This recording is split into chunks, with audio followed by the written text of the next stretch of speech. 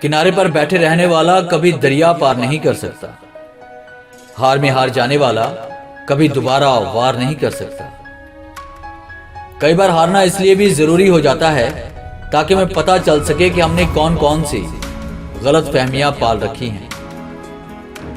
जीत हमें खुशी देती है तो हार हमें सिखाती है, इसलिए जीत और हार दोनों में ही हमारा फायदा ही फायदा है।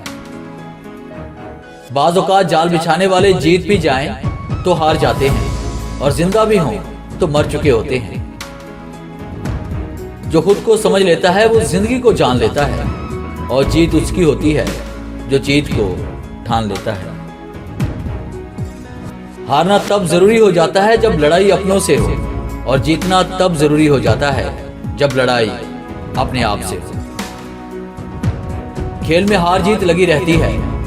हार जाओ तो उसमें हारने की वजह ढूंढकर सीख लो ताकि अगली बार जीत सको। किस्मत से लड़ने में मजा आ रहा है दोस्त, ये मुझे जीतने नहीं दे रही और हार मैं मान नहीं रहा। बिना किसी वजह से ऐसी बहस का हिस्सा मत बनिए जहां बहस तो जीत जाए लेकिन रिश्ता हमेशा के लिए हार जाए।